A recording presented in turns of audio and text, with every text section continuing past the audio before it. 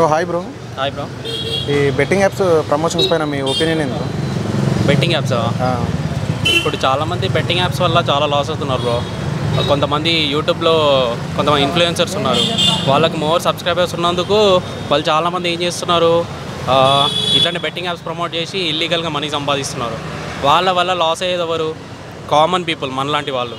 Okay, మనలాంటి వాళ్ళు ఎట్లా అంటే ఈజీగా వాళ్ళ ఇన్ఫ్లుయెన్సర్ చెప్పిన మాట వినేసి ఇక ఏది పట్టించుకోకుండా ఇది తక్కువ అమౌంటే కదా అని చెప్పేసి బెట్టింగ్ యాప్స్లో పెట్టేసి ఫస్ట్ స్టార్టింగ్ కొన్ని ఎర్నింగ్స్ వస్తున్నాయని చెప్పేసి వాళ్ళు ఏం చేస్తున్నారు, మరి ఇంకా ఆడదామనే అదే వాళ్ళు లూప్లోకి వెళ్ళిపోతున్నారు అనమాట.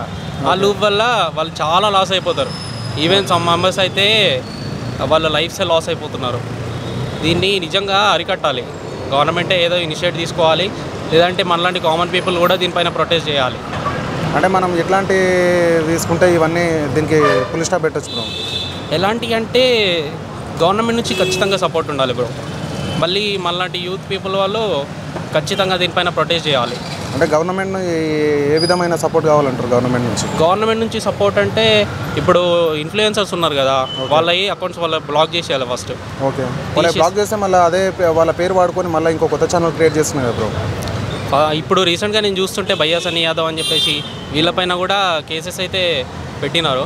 కేసెస్ అవుతున్నాయి. వాళ్ళు కూడా ఇప్పుడు కొంచెం కాంప్రమైజింగ్గా నేను ఇప్పటి నుంచి ప్రమోట్ చేయమని చెప్పేసి మాట్లాడుతున్నారు. సో దాని మీదే వాళ్ళు స్టిక్ ఆన్ అయ్యి ఉంటే పర్లేదని అనుకుంటున్నాను. ఓకే, ఇప్పటికైనా స్టాప్ చేస్తే పర్లేదని అంటారు? ఇప్పటికైనా స్టాప్ చేస్తే పర్లేదు. Okay okay, thank you bro. Okay అన్న, బెట్టింగ్ యాప్స్ ప్రమోట్ చేస్తారు కదా, దాని గురించి? నమస్తే అండి. ఈ బెట్టింగ్ యాప్లో ఆడే పిల్లలు భవిష్యత్తు ఖరాబ్ చేస్తున్నారు. బెట్టింగ్ ఆడకపోతేనే మంచిది. పిల్లలు సూసైడ్ చేసుకోవడము, ఆ తల్లిదండ్రులకు బాధ పెట్టడం, ఇవన్నీ చాలా రాంగ్ జరుగుతుంది. ఫస్ట్ అయితే యాడ్ ఎవరైతే ఇస్తున్నారో వాళ్ళ మీద కేసు చేయాలా, వాళ్ళని శిక్షించాలా. తర్వాత పిల్లలు ఎవరైతే బెట్టింగ్ యాప్స్ ఆడుతున్నారో వీళ్ళందరినీ తీసుకెళ్ళి ఏదో దానికి నేర్పించి వాళ్ళకి ట్రైనింగ్ ఇచ్చి ఇట్లా ఆడకండి, నీట్గా ఉండండి, పిల్లలు అవసరమా ఇవన్నీ అనేది ఒకటి ప్రాసెస్ చేస్తేనే పర్ఫెక్ట్ అది. ఇప్పుడు యాడ్స్ చూసి పిల్లలంతా యాప్లు డౌన్లోడ్ చేసుకోవడము, ఆ బెట్టింగ్ యాప్లు వేసుకోవడము, తర్వాత పేమెంట్లు అక్కడ నుంచి ఇక్కడ నుంచి చేసి దాంట్లో కొట్టి దీంట్లో కొట్టి ట్రాన్సాక్షన్ చేస్తున్నారు. ఇదంతా రాంగ్ జరుగుతుంది. పిల్లలు కొంచెం మనము పోలీస్ అవేర్నెస్తో ఏదో ఒకటి చేయాలి, వీళ్ళకు భయపడియాలా కంపల్సరీ. అందుకే బెట్టింగ్ యాప్స్ ఇస్ చాలా డేంజరస్. సో పిల్లలకు ఏదో క్లోజ్ చేయాలి, బెట్టింగ్ ఆడకుండా చూసుకునేటట్టు చూడాలి మనం. థ్యాంక్ యూ అండి.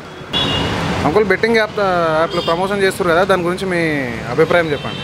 బెట్టింగ్ యాప్ అనేది పిల్లలు ఎగ్గడానికి కాదు, అది డౌన్ చేయడానికే ఉన్నది. అది ఆ బెట్టింగ్ యాప్ అనేది చాలా ఫ్యామిలీలను నాశనం పట్టిస్తుంది.